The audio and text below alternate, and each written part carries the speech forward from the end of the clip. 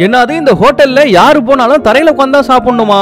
ஆமாங்க. அன்னைக்கு ஒரு நாள் பயங்கர பசி, பக்கத்துல நம்ம வீடு சாப்பாடு சொல்லிட்டு ஒரு கடை இருந்துச்சு. சரி ஹோட்டல் உள்ள போய் சாப்பிடலாம்னு பார்த்தா இது ஹோட்டல் இல்லைங்க, ஏதோ வீடியோ ஆல்டர் பண்ணி வச்சிருக்காங்க.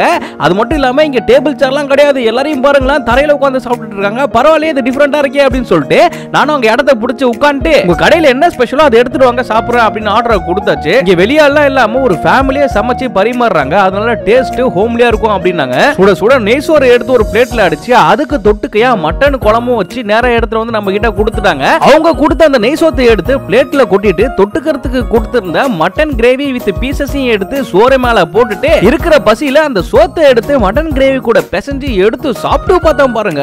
டேஸ்ட் சும்மா தரமா இருந்துச்சு. வீட்டு சாப்பாடுலயே நான் இந்த அளவுக்கு டேஸ்டா சாப்பிட்டது இல்ல. கூட தொட்டுக்கிறதுக்கு சிக்கன் 65 வேற கொடுத்திருந்தாங்க. இங்க வெள்ளிக்கிழமையும் ஞாயிற்றுக்கிழமையும் மட்டும் தான் இந்த நெய் சோறு கிடைக்கும், மத்த டைம்ல எல்லாம் நார்மல் ரைஸ் தான். பசியில இருந்ததுனால ஃபுல் பிளேட்டையும் 10 நிமிஷத்துல காலி பண்ணியாச்சு. நீங்களும் அன்லிமிட்டடான நெய் சோறு செமையா சாப்பிடணும்னு நினைச்சீங்கன்னா நேரா இந்த ஹோட்டலுக்கு வந்துருங்க.